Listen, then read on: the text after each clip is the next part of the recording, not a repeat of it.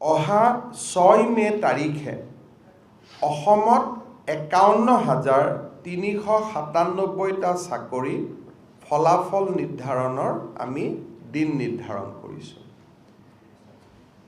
6 মে তাৰিখে ৫১,৩৯৭টা নিযুক্তিৰ ফলাফল ঘোষণা কৰা হ'ব। ইয়াৰ ভিতৰত তৃতীয় আৰু চতুৰ্থ শ্ৰেণীৰ টোটেল তৃতীয় শ্ৰেণীৰ 11,৩৪৬টা হ'ব, যাৰ ৰিটেন অৰেল স্কিল সব হৈ গৈছে, যাক আসাম ডাইৰেক্ট ৰিক্ৰুটমেণ্ট বুলি কোৱা হয়। চতুৰ্থ শ্ৰেণীৰ 14,281টা। এই পদকেইটাৰ ফলাফল 6 মে তাৰিখে ঘোষণা কৰা হ'ব।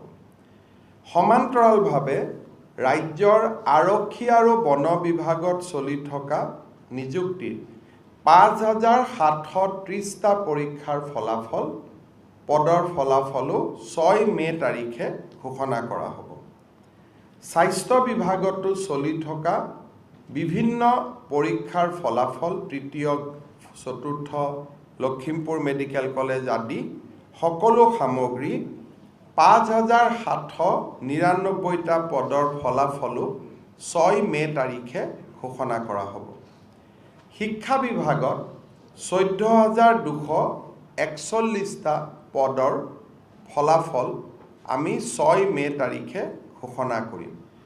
এই গোটেইখিনি যোগ কৰিলে 51,397টা পৰীক্ষাৰ ফলাফল আমি 6 মে তাৰিখে ঘোষণা কৰি 10 মেৰ পৰা 20 মেৰ ভিতৰত কোনোবা এটা উপযুক্ত দিনত আমি গুৱাহাটীত ৰাজহুৱা সভাৰ জৰিয়তে খানাপাৰা ফিল্ডতে হওক বা সৰু সজাই ষ্টেডিয়ামতে হওক এই নিযুক্তি পত্ৰসমূহ আমি বিতৰণ কৰিম।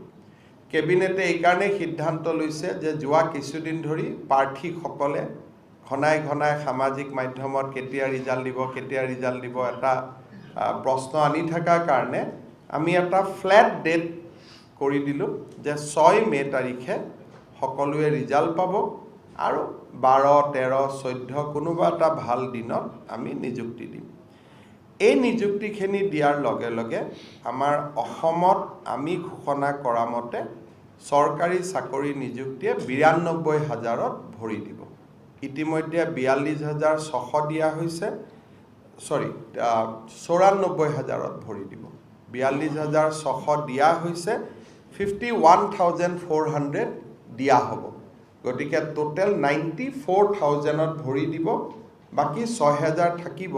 সেই 6,000ৰো নিযুক্তি প্ৰক্ৰিয়া আমি জুন মাহৰ পৰা আৰম্ভ কৰি দিম, যাতে সেই 6,000ৰো আমি দিব পাৰোঁ। কিন্তু মোক বিভিন্ন বিভাগে কোৱা মতে আৰু 1,000মান অ'ত পৰীক্ষা হৈ আছে, তাৰো ফলাফল দিলে হয়তো আমি ইয়াক 95,000লৈকেও লৈ যাব পাৰিম। আমি অলপ চেষ্টা কৰিম।